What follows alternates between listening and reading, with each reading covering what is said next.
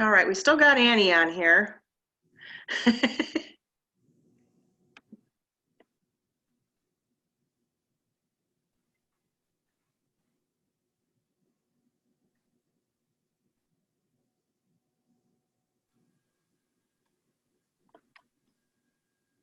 There you went. All right.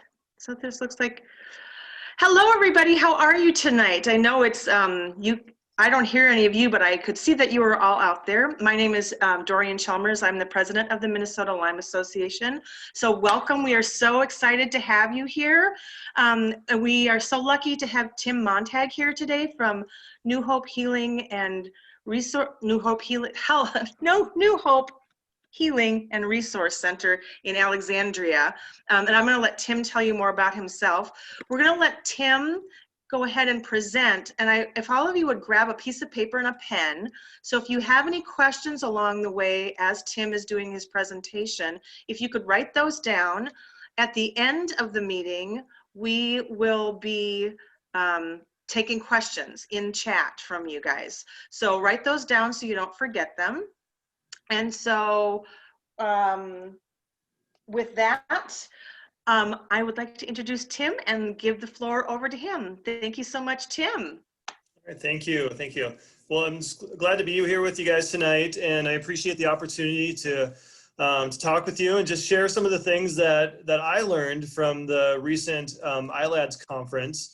And you know, there's a lot that was presented, and I know our time is not going to be able to cover everything. So I picked out some of the things that really stuck out to me, and I wanted to just share with you some of those things, and we'll chat about them. So I'm going to first just see if I can share my screen here. Let's see.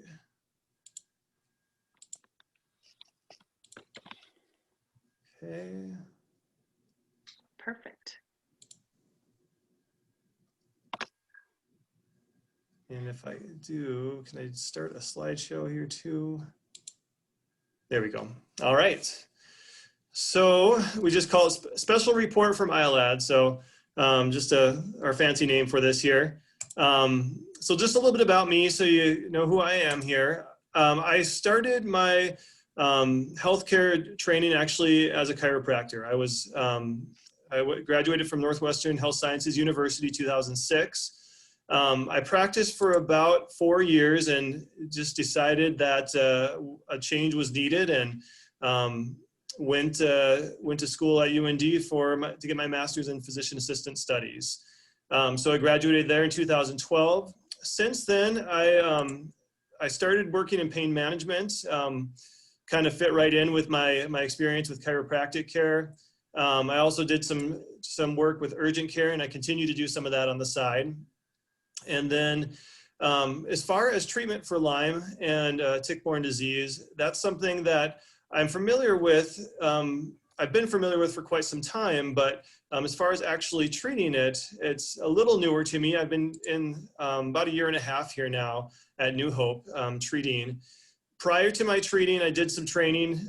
Dr. Lori Radowski was gracious enough to allow me to come into her practice for several months, shadow her and work with her, and really just kind of learn the ropes. I was able to spend a week doing a preceptorship with Dr. Stephen Harris out in Pacific Frontier Medical in California. And then I did my first ILADS fundamentals training in 2019. My own personal experiences, and that's kind of what kind of brought me to this profession, is my wife's experience with Lyme. She grew up in this area, Alexandria area, and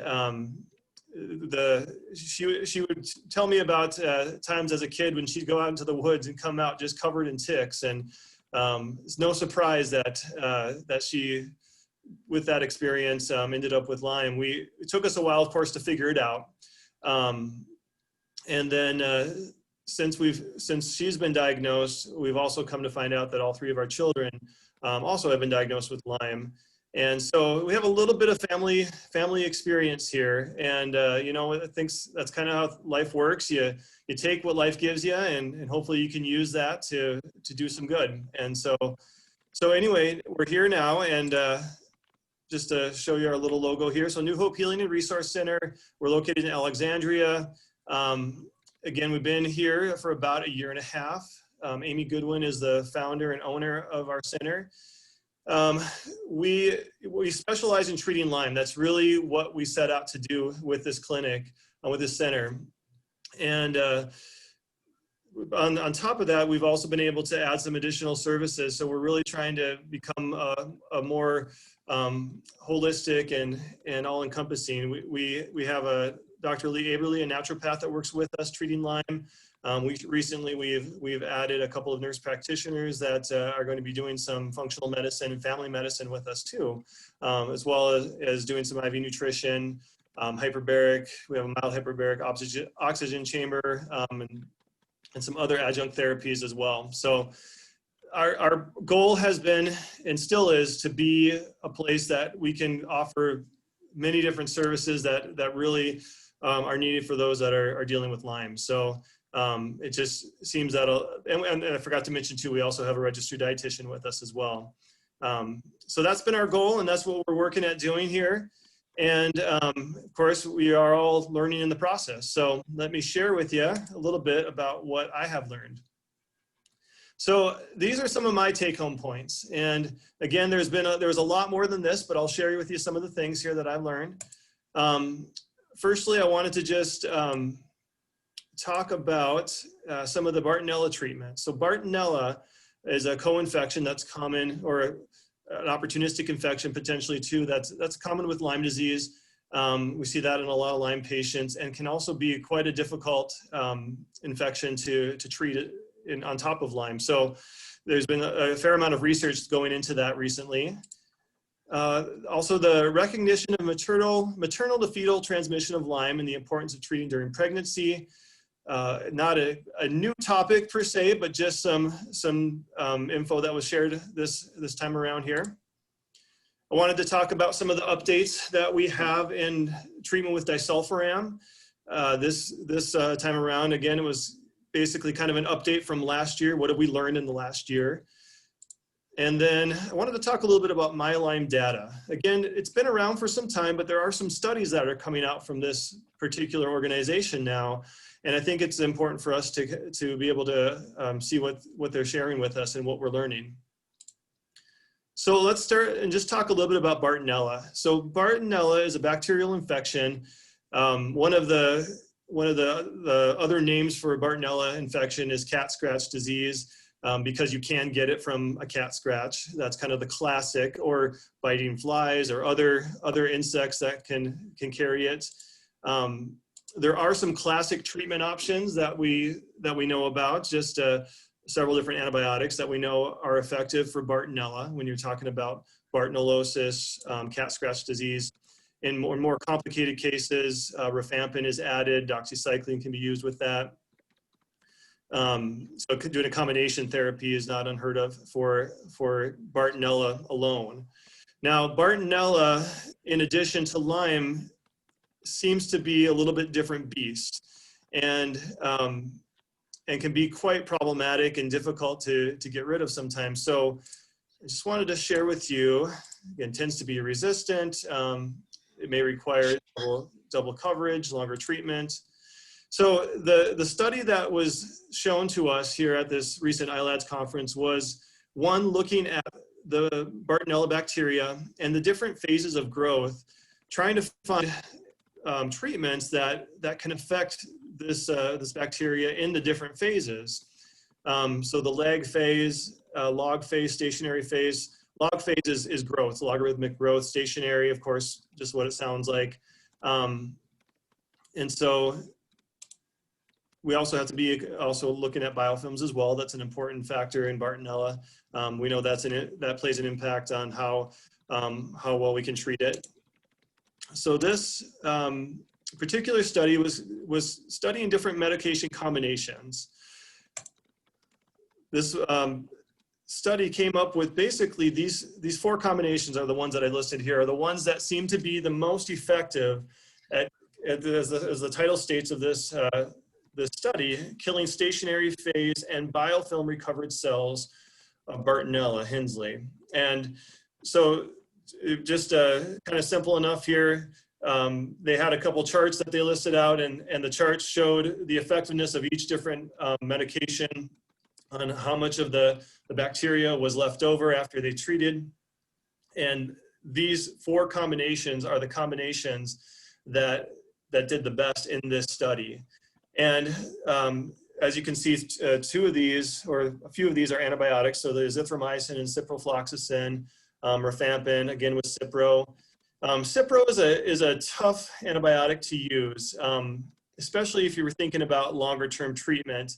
The side effect profile is a lot higher than other medications, so it's not one that we like to use often. Not that you can't, but what I thought was really interesting, and something that some of you might have heard of, is treatment with it's actually a medical dye called methylene blue. And there's a few different uses for that, but it does show effectiveness in this case in treating the Bartonella infection in combination with azithromycin, and also in combination with rifampin. So it's always great to find different treatment options that outside of the antibiotics that are effective, so that we can address some of these infections with different mechanisms. So just some of the limitations, I think, things to always keep in mind. Every study, you can't necessarily go out on a study and say that this is the definite word and how this is going to change everything. There's always limitations, and so you got to keep those in mind as you're using them. One of the limitations is it didn't address every single phase, and so that's tough to do in this particular study the way it was designed. So the question is are these medication options going to be effective in the logarithmic phase or in the growth phase for that bacteria? And the other thing is that this, of course, was an in vitro study, as it said in the title as well. So in vitro, meaning basically in a test tube, not in the body of a person that's infected with Bartonella. So, and this is how things start. This is how disulfiram was discovered as well. That you start with an in vitro study, and then you go from there. So just because it was in vitro doesn't mean it's not effective. It just means that we just have some limitations on what we can claim with this study. But certainly, the combinations that we saw being effective make a lot of sense to consider those options in our patients.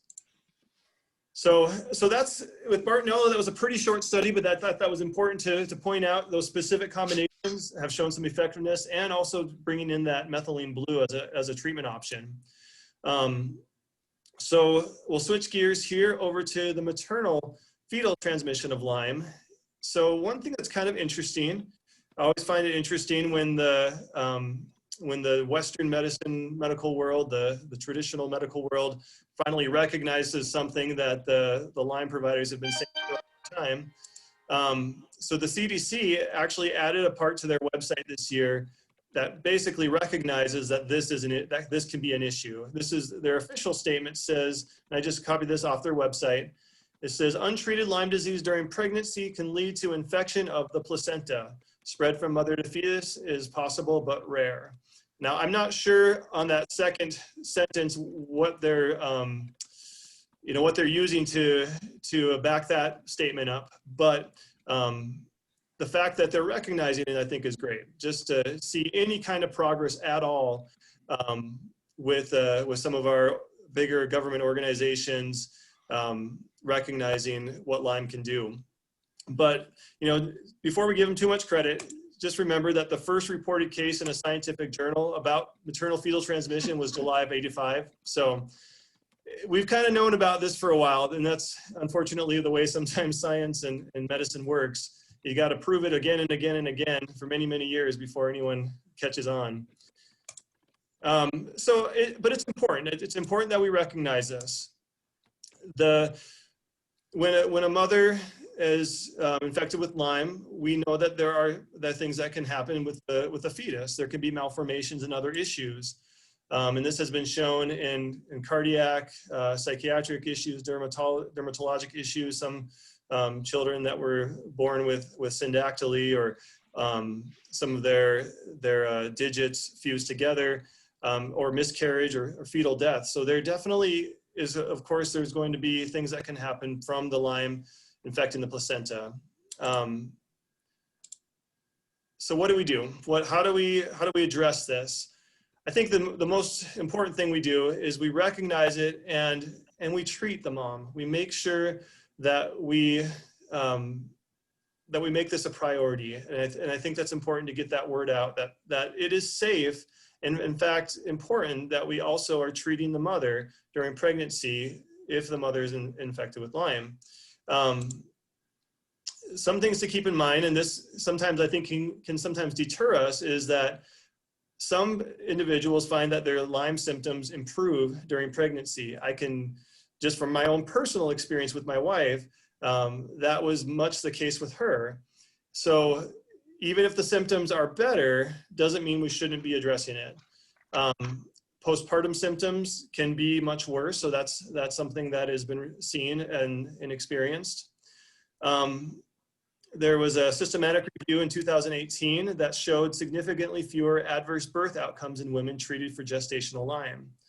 And we know that there are several safe antibiotics and other herbal treatments we can use during pregnancy and breastfeeding. So of course we got to keep those, we want the best of everything for that fetus and for that mom, which is why we make it a priority to treat, but also making sure that we're treating appropriately so that we are safe for the developing fetus.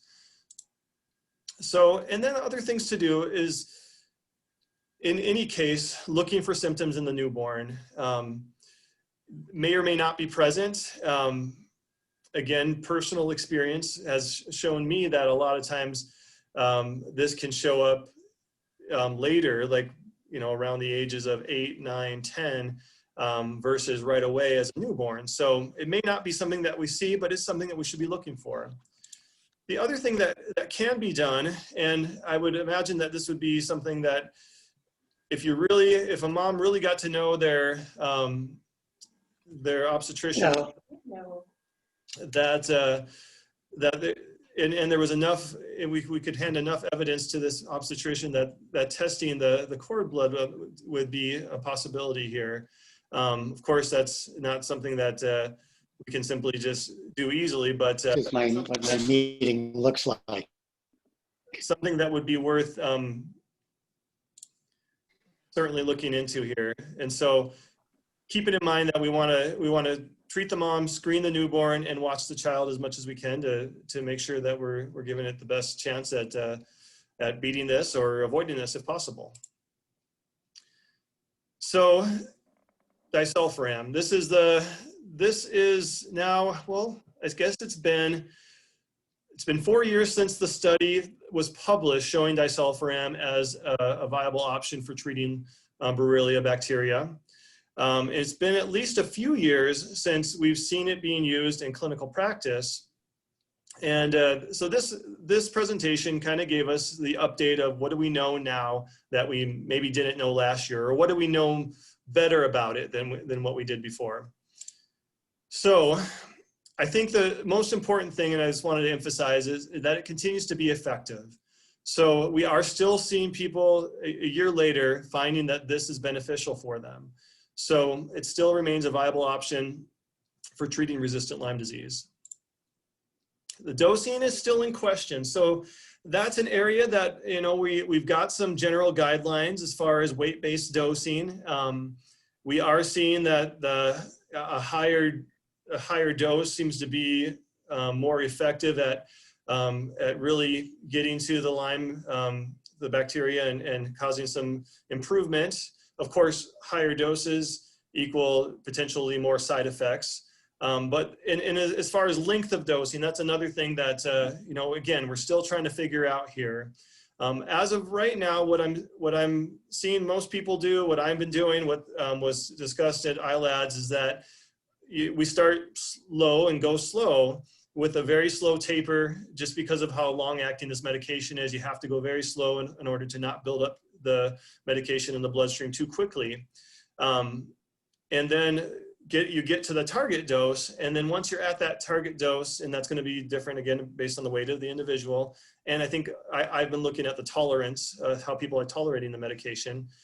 The goal is to keep at that target dose for 6 to 12 weeks. So, and then kind of go from there, basically. We kind of talked about that. So yeah, higher dose, higher risk for adverse reactions, but also more likely to achieve enduring remission. Lower dose can still be effective. Yeah, but I guess as far as lower doses go, can we, the questions we have is, can we treat at a lower dose for a longer period of time? Is that going to cause, once we stop the treatment, will the benefits that we've gained continue on, or will there be relapse? And we don't know the answers to those questions yet. But overall, vast majority of patients on disulfiram are reporting some improvement. So that's, and again, going back to the beginning there, it continues to be effective. We are seeing improvement with it, and a lot of people are getting some benefit from it. What else? Okay, so here's the not so fun part about disulfiram, is that we are starting to, as we're using it more, we're starting to see what kind of adverse reactions are coming here. Now we know that with anything, there's always the potential for that. So some of the common ones, probably the most common one that is being reported is fatigue. And I would agree with my personal experience, that seems to be pretty common. A lot of people are finding fatigue. I've had some people benefit by taking their medications later in the day. Sometimes it's more beneficial to spread it out throughout the day. But fatigue is a common symptom. I do find that once the medication regimen has been discontinued, that fatigue dissipates. So whatever fatigue is being caused by the medication seems to be getting better once the medication is stopped. Other side effects or adverse reactions, psychiatric symptoms, psychosis can be an effect here that we see. That one seems to be less common, but it's not absent. Peripheral neuropathy, it's another one that I would say that probably a little more common, not as common as fatigue, but definitely seeing some of that. Personally, again, this is not the study, but personally for me, I'm finding that using acetyl L-carnitine as a supplement to help with neuropathy, and in fact, I use it from the get-go, seems to really, the patients that I'm doing that with tend to not have the peripheral neuropathy versus the ones that I start after the fact. It tends to be a little more tricky to deal with. Mild to moderate elevated liver enzymes, we know that it can be a little tough on the liver. And another one I've seen in a few patients too, just some acne and other skin reactions from the disulfiram. Again, that's one that I've seen come and then go once the medication is stopped. So other things I think it's important, and this was not included in that initial study, but just again in clinical experience, that does seem to be having an effect with patients' Babesia and Bartonella symptoms.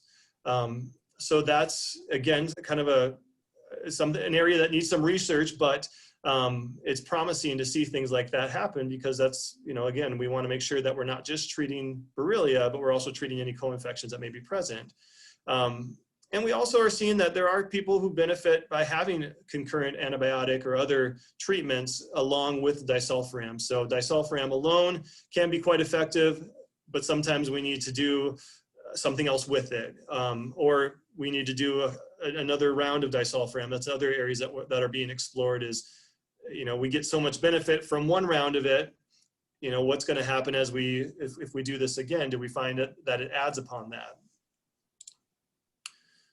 All right, so my Lyme data. So that's another area too that I think is important for us to talk about. So my Lyme data, if you have not heard about this is it's a large study that's being done basically to try to validate and find, what is it that that we can draw conclusions on about chronic Lyme and about treatment of chronic Lyme.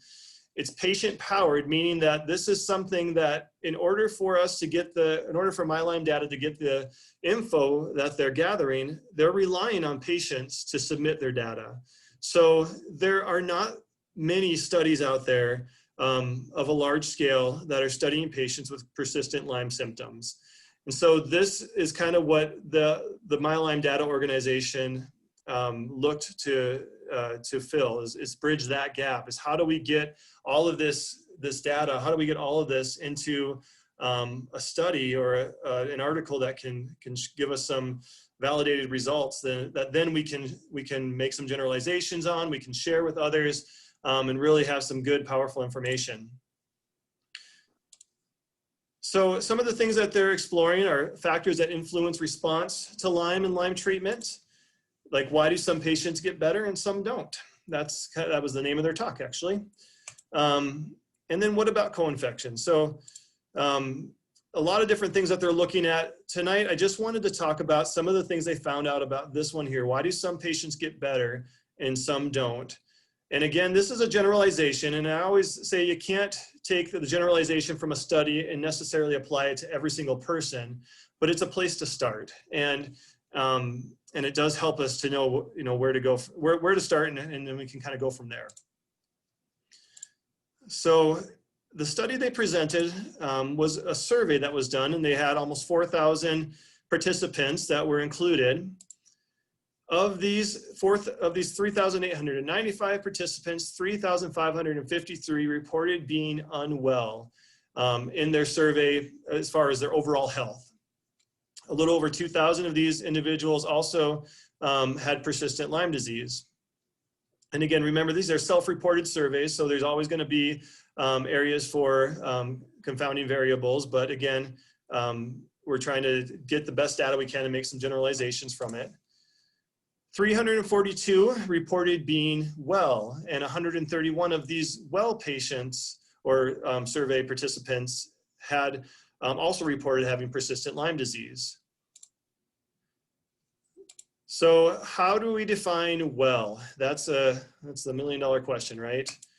It's not, in this case, again, it's a self-reported definition of wellness. And I think in reality, that's the best we've really got, is how well you are is going to be relevant to you. So in this case, again, the self-related health status, percentage of improvement, and reduction in symptom severity is what they use. And those are the questions they ask to define whether someone fit that category of being well. And so an unwell patient is someone who does not identify as being well. Makes sense? In the unwell group, they broke that down into what we call high responders and non-responders. And let me show you a couple things here. So this is basically a breakdown of this survey of well patients versus unwell patients, non-responders versus high responders, and then we've got the general population being individuals who don't have chronic Lyme. So some of the things you see in here is that when you look at patients who are considered well in this study, it breaks down very, very similarly to those in the general population. So what that means is that when you are comparing these individual groups, well patients who have had persistent Lyme disease but can now consider themselves well, are reporting a similar level of health as those in the United States that have not had persistent Lyme disease. So that's telling us that their self-report of being well fits what we'd expect for an average person. So that's our control group. So it really gives us a good view as to how valid are these results when we're looking at a self-reported study. So I think that's important to look at. So we definitely have some good comparable data here that tells us that we've got some good study data. So let's look at some of the differences and common factors among these in the different groups here. So this represents well patients, the high responders and the non-responders, and what they were given for their treatment. The light blue represents antibiotic therapy. The darker blue, or I guess that's a bluish green, I'm not good with colors, I think that's blue. That represents a group that's had antibiotics and alternative treatments.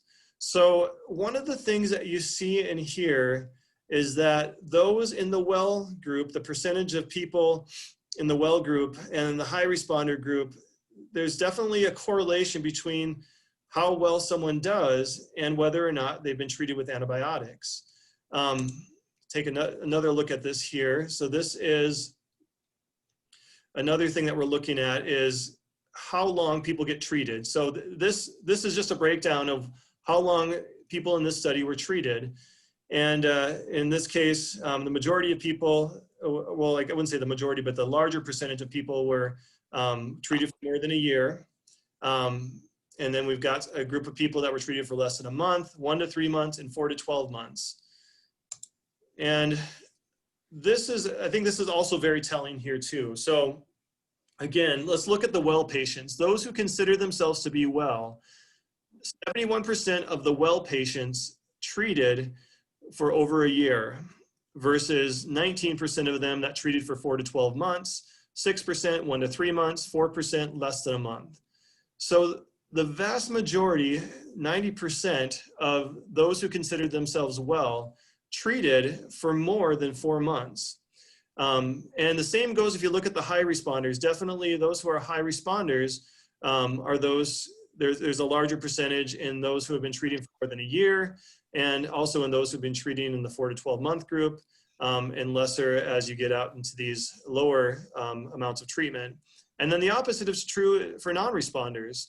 Now, all the factors as to why someone stopped treating, that's another area, that's a variable that's hard to, you can't necessarily look at this and say, well, these people should have treated longer. There could be other reasons why they stopped, we don't know. But in general, those who are considered non-responders typically had less treatment. So it is possible that the length of treatment is definitely a factor here. And it definitely seems to be a factor, at least in those who consider themselves well and high responders. So again, why is this significant? So the long-term studies, I put this in quotation because long-term is relative to, long-term studies that have been done have in the past have not lasted longer than 90 days. And these are the same studies that are being used to say why long-term treatment with antibiotics is not recommended by the IDSA. So it seems to me, and seems by this study to show that we really need longer treatment to really show some added benefits. So 90 days of treatment, if you looked at that graph, you know, there wasn't a ton of benefit. There wasn't a ton of improvement. But after that 4 month mark, that's when we started to see some things happen. The other thing I think it's important is that antibiotics sometimes do get a bad rap. And I readily admit that not every single person that has Lyme needs to have long-term antibiotics. It's not going to work for everybody, and it's not going to be tolerated by everybody. But it does seem that those who get better tend to have had some treatment in the past with antibiotics. So it seems that that's an important factor in our treatment plan here. And it also gives us a realistic point of view. Another thing that's significant, we've got a chart, we've got a good study with a large group of people surveyed, showing us that we can get better, that people can get better. And even if they're not considered well, a high responder still, in those cases, are reporting a much better quality of life and improvement. So I think that's important to remember. It's not unrealistic to be improved and to get better and to feel better. I just wanted to touch on a few other clinical pearls. I didn't put this in the contents, but just a few little tidbits and things that I thought were important I wanted to mention. I think this is kind of the over obvious statement of the year. Sleep is super important, right? I can't overemphasize how important it is to sleep. And it's tough because Lyme patients don't sleep well, and there's so many reasons for that.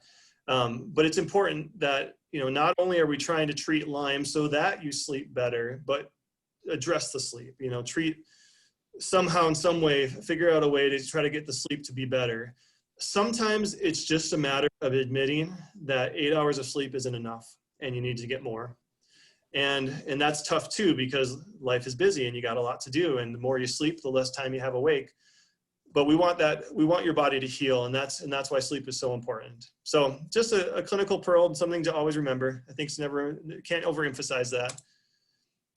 Testing for multiple strains of Borrelia, and I say may be needed because there's a couple different schools of thought. There's Borrelia burgdorferi is the classic strain of Borrelia that we think of when we think of Lyme, but we know that there are many other strains, and there are other strains present here in Minnesota even.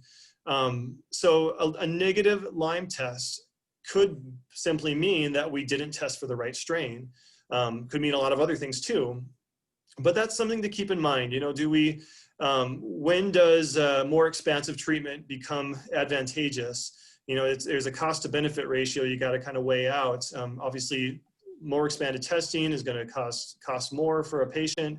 I always use I always ask the question to myself, if we get expanded testing, is that going to change how we treat the patient? Or is it needed to justify the treatment that we're going to do?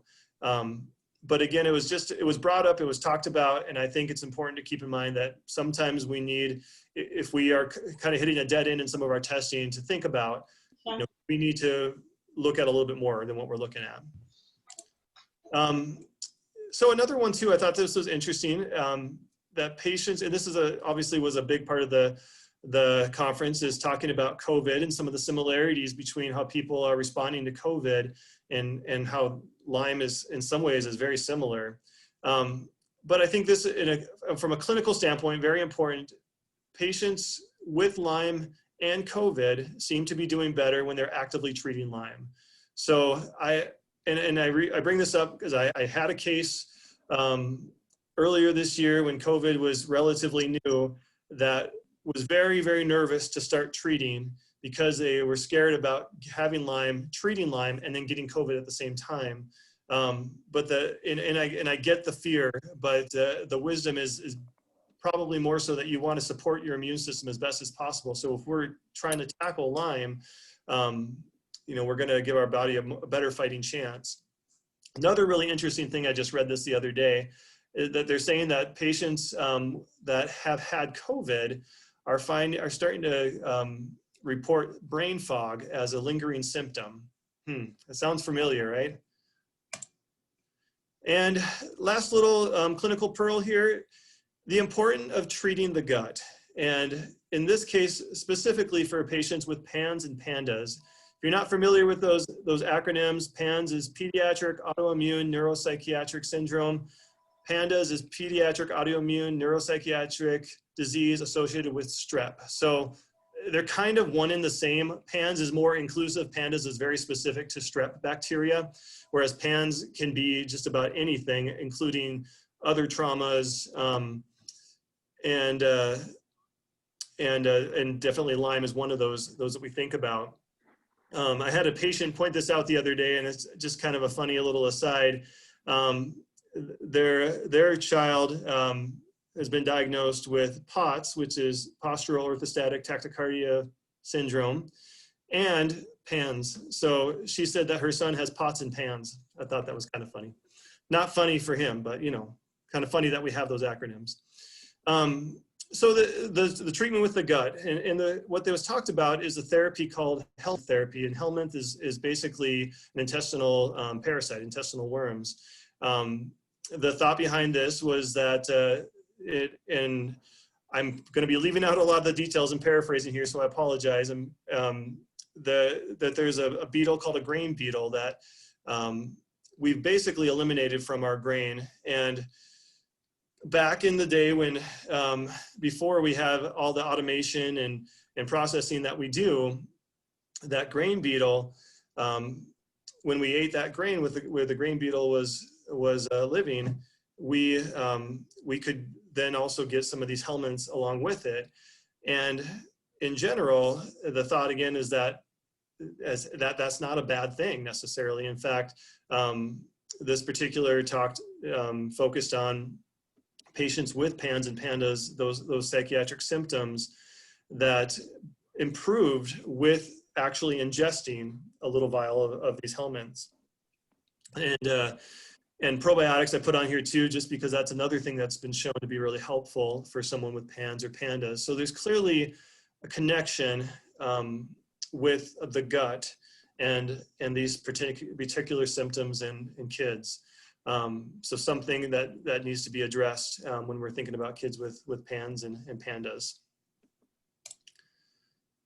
And that is all I have to share as far as some of the stuff that I have learned, and I am open now to take any questions that you might have. Tim, I think you did have one question down in your chat. Yeah, okay.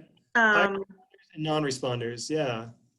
So the question, I'm confused about what high responders and non-responders are. So in that study, the high responders and non-responders, it's all, like I mentioned, was self-reported. So basically, these are patients who are saying how they're responding to the treatment they are getting for their persistent Lyme disease. A high responder would be someone that reported better improvement, higher quality of life, less symptoms, versus a non-responder who reports ongoing symptoms, not responding to treatment. So, and I don't know exactly what the criteria, like where the cutoff was in that study, but I know that that's what they're talking about. So a high responder is someone who still has symptoms from Lyme, but is doing better, and they're definitely improved, whereas a non-responder is someone who's not really making much progress. So anybody, if you have a question, please click on your chat.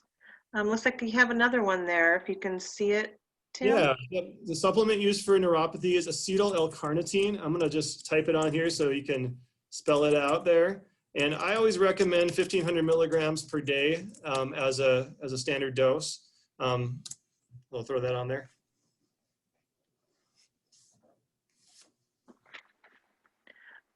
Tim, I have a question. Was there any speculation as to why people who had Lyme, who were pregnant, their symptoms got better? Was there any speculation as to why, if there's something that's happening within the body that? Why the symptoms got better? I don't remember what if there was speculation as to why that was, to be honest. I know that the same seems to be true of autoimmune disease as well. I honestly am not exactly sure the reasoning though. Maybe if anyone else on here who's got that info, they can jump in. I think it has to do with the fact that pregnancy is a state of relative immune incompetence. You have to kind of suppress your immune system a little bit so you don't reject the fetus. And so often people with any kind of autoimmune thing will feel better during the pregnancy and then they'll feel worse afterwards. So I think that's kind of where it comes from. Oh, interesting. Yeah. Thank you, Dr. Rodofsky. All right, another question here then. Is the MyLyme data survey being done by LymeDisease.org? Yes, that is the one, yep. Yeah, so you can get right to that through LymeDisease.org.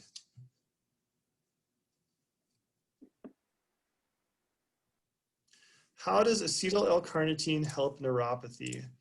That is also a very good question. I'm going to search and talk as we go here. So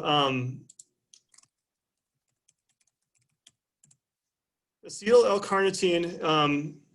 So as far as I'm just looking up a study here to talk about that a little bit with you here. So when was this study done here? So this was actually a study that wasn't done too long ago, 2019, acetyl L-carnitine and painful peripheral neuropathy, a systematic review. So what they did in this is, let's see, I'm just gonna read through the abstract to give you the most important things here. Yeah, so they looked at 14 different clinical trials for this particular, so this has been highly studied here. Yeah, and again, they found that, obviously they found that it was helpful, that it's produced a significant reduction in pain compared to placebo. So what they're saying in the study here is basically that the acetyl L-carnitine has beneficial effects on nerve fiber regeneration, And so basically with any type of nerve damage, really it sounds like what it's doing, it's actually helping improve the health of the nerve itself. So by improving the health of the nerve, obviously that's going to cause decreased symptoms. So there's a number of different chemicals that are involved with that. One of them is just simply called nerve growth factor, and acetyl L-carnitine seems to strengthen the actions of that. And it just seems to simply have a protective effect against neuropathy. And this was something that they looked at actually in animal models with diabetic neuropathy. So there's antioxidant activity. So there's a number of different things that it does, but yeah, it looks like it not only does it actually help regenerate the nerves itself, but it actually helps protect the nerves by keeping away some of these harmful chemicals and things that can attack it. All right, so can you give lay terminology for disulfiram dosing, like how many in milligrams per pounds? Okay, yeah, it's always milligrams per kilogram, isn't it? So the recommended dose on average is like somewhere around 4 milligrams per kilogram, but you can go higher than that. Anything above 4 milligrams per kilogram is considered to be a higher dose. So what does that equal to pounds? 4 milligrams, it's 2.2 pounds per kilogram. So 4 milligrams, what's 4 times 2.2? So we're looking at about 9, right? So that looks like about 9 milligrams per pound. No, that can't be right. It's got to be the opposite way. You're making me do math on the fly here. Calculator out. That's what I'm going to do, make it easy for myself. So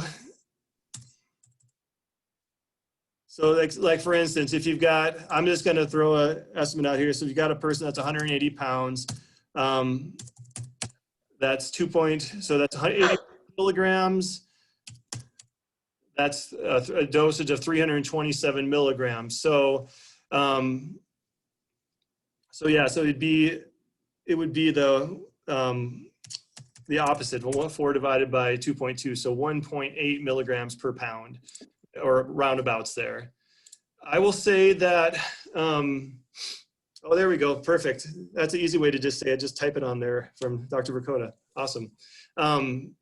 I would say that as far as like, what are we looking for an average dose, I would say somewhere between 250 to 500 milligrams tends to be common depending on the patient's weight and tolerance as well.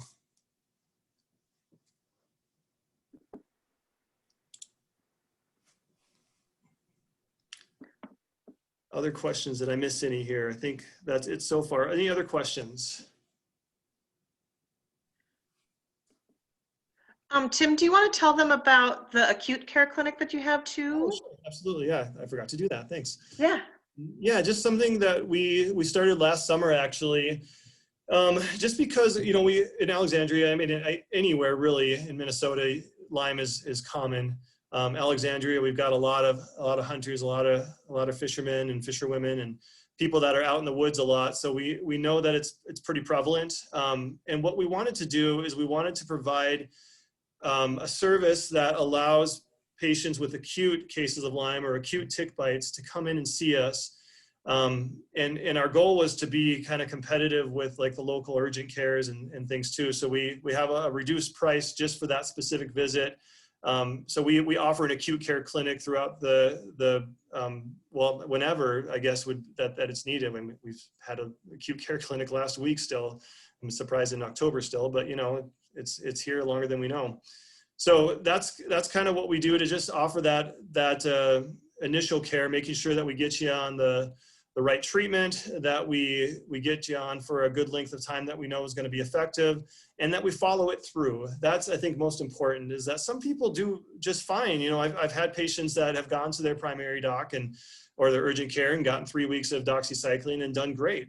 I've also had people that have gotten their 1 dose of doxycycline and ended up in a world of hurt afterward.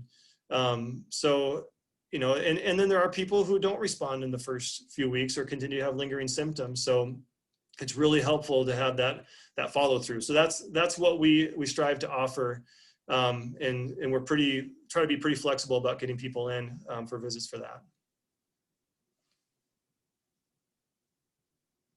Were there any other unusual topics that you wanted to touch on at all? Let me think back here. There was one. No, I think I threw that in the clinical pearl, actually. Never mind. No, I mean, there was certainly a lot more than what I went over here with you. But I tried to throw the clinical pearls together at the end, and that's where I touched on some of the other interesting things that I didn't really have a full 2 or 3 slides to go off of with. But yeah, I was thinking about talking about more of the neuropsychiatric aspect of Lyme and PANS and PANDAS, but that was kind of the main point that I made earlier. Super. Anybody else have any other questions for Tim? They're a quiet group. So I'm gonna, can everybody bring their video on who would like to be seen? And if you want to turn your sound on too, that would be great. Britt, can you tell if your mom is on? Oh, you're still muted, Britt. No, I called her a few minutes before the meeting and she was getting too many phone calls wishing her a happy 80th birthday. So she didn't have time for us tonight. Okay, well, we could sing she happy wanted to birthday. recap. We could sing happy birthday to her anyway. So Britt's mom is Jackie, and Jackie has been a great advocate, not only for Britt, but for everybody in the Lyme community. She's helped us with many of our fundraisers, etc. And if you've never gotten to meet Jackie, she is a pistol. So if you could unmute yourself. I don't care if you can sing or not. I think we're going to record a happy birthday here for Jackie. So hopefully later, Britt, you can actually show her this, and she will know that we all sang happy birthday to her. So I'm going to give everybody a few seconds if you can unmute yourselves. Just hit your little unmute button. Looks like we have quite a few people. Some people maybe just don't want to sing, but we do have a few people here. All right. I'll give you a few more seconds. All right, is everybody ready to sing happy birthday? It's her 80th birthday today to Jackie. Everybody ready? Yep. Happy birthday to you. Happy birthday to you. Happy birthday, dear Jackie. Happy birthday to you. And that's going to be a giant mess because we're all in different sync. Also, if everybody could give a big round of applause to Tim. Yay! Good job, Tim. Thank you so much, Tim. We really appreciate it, and I'm so happy that all of you were here with us tonight. I do have a question for you all. If you could type an answer into chat. So, you know, this is new for all of us because of COVID, starting to do these Zoom presentations live. So we had a few support meetings to start off with, and then we started doing presentation meetings last month. So we had Dr. Verkota last month, we have Tim today, and then next month we have Dr. Radofsky. Then we're planning on doing support meetings. Our question to all of you is, in this Zoom format, what would you prefer to see? Do you prefer to have just straight up support meetings where we would meet and people could just chat? Or do you prefer presentation meetings or like half and half? We're trying to figure out how to best serve all of you. And to let you know that we always do, if you are looking for support, you can call Gail Behrens-McCardle. Her number is on our website. If you are looking for some just one-on-one support, she can do that over the phone with you. But if you could type into chat what would be best for all of you, that would help us a lot to know how to move forward as we move through the year. And like I said, we will have Dr. Radofsky next month. So it'll be the second Tuesday of the month, which will be on November 10th. So same, and we will post the Zoom information, but it will be on November 10th. And she will be talking about COVID and Lyme. So that's sort of her topic. And does anybody else have anything they want to say quick? Can I ask a question about something? Sure. Like, I just wanted to ask if Tom or Tim knew anything about how like Epstein-Barr relates to like Lyme disease and all that stuff. How Epstein-Barr relates to Lyme disease, like. Yeah, like what? And I've been struggling with it lately. Yeah. I just want to know why do people with Lyme disease seem to get that or something like that. Well, as far as what, yeah, that's a good question. I mean, as far as why they get Epstein-Barr, I guess I wouldn't have a good answer for you but as far as why I feel, I mean, this is my interpretation of what I see is that patients who have Epstein-Barr virus or any virus or anything that's kind of lingering in the body, when you have Lyme, it tends to be that the other junk that's there has a better opportunity to kind of rear its ugly head and do what it does. So I think, that when patients are dealing with these ongoing viral issues, Epstein-Barr being one of them, that the Lyme is really kind of just taking the immune system down, which allows these other viruses, bacteria to be more problematic. Certainly another classic case is seeing shingles come up in patients who have had some either immunosuppression or other big things that have created that kind of a circumstance. So yeah, I mean, I guess I hope I'm answering your question some here, but I guess I don't have a great answer for that, but I just, I know that anytime someone has Lyme, other things tend to be more problematic too. Yeah. Yeah, it seems like people get a lot of different conditions. Like, do you know of any other things? Like, what are some things that we don't know much about? Like, what else things can Lyme cause? Like, besides viruses and whatnot? Anything else? Or Well, I mean, we could go for another hour here, couldn't we? yeah, okay. Good question. I know we're almost done. I'll probably put it. Oh no, I'm not trying to get you to stop. I just emphasizing that there's a lot. There really is. Yeah, So I guess just a short answer would be, we definitely with Lyme always look at the different co-infection viruses, bacteria.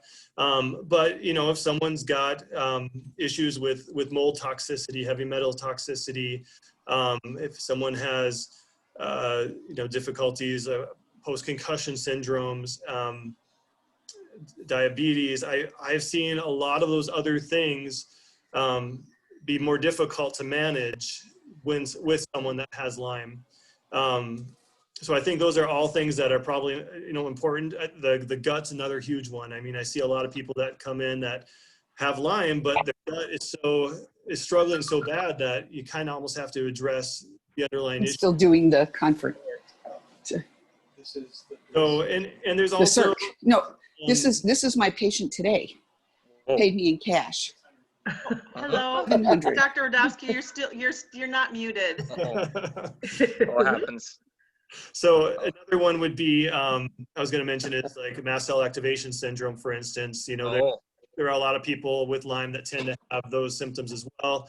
And I think there are people probably who have that in addition to Lyme, and also people probably that have that as a sequelae of Lyme. So, which one came first, or is it kind of both one the same? I don't know. But definitely a lot of those things tend to come up and be problematic too. Well, yeah, that was helpful. Someone did ask about notes. We did record this evening. It actually is still recording. And so it might not be up for a while, but it will eventually be on our website, the whole presentation. So you will be able to go back and look at Tim's slides from there. So you will be able to re-see that, hopefully. Okay. All right. Excuse me. All right, well, if that is everyone, I think that's it, but can we have one more big round of applause for Tim? Yay. Yay! Thank you so much. We really appreciate it. I hope that we see all of you again in November and then in December, that second Tuesday, which will be the 8th, we will have a support meeting. So we hope that people can join us for that. And as always, you can always reach out to us via our website, or on our Facebook page. We have a private group page so people can have conversations, and then we just have a business page where we post things. So with that, I think we can sign off, but thank you everyone for being here, and thank you again, Tim. We truly Thank you. do appreciate Yeah, you taking the time. thanks a lot. to That do was this for informative. us. All right. Yep. Thanks, All right, thank you. everybody. Thanks a Good night. lot. Thank you a lot. Thank you. Thank you.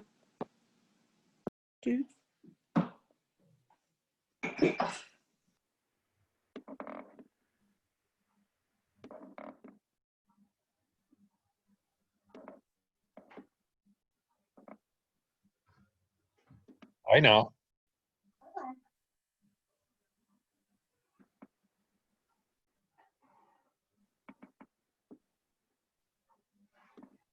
All right. Thanks, everybody. So Dorian, are we going to sign off and then sign back on? Yep, to a different thing. Yep. Oh, okay. All right. Good night.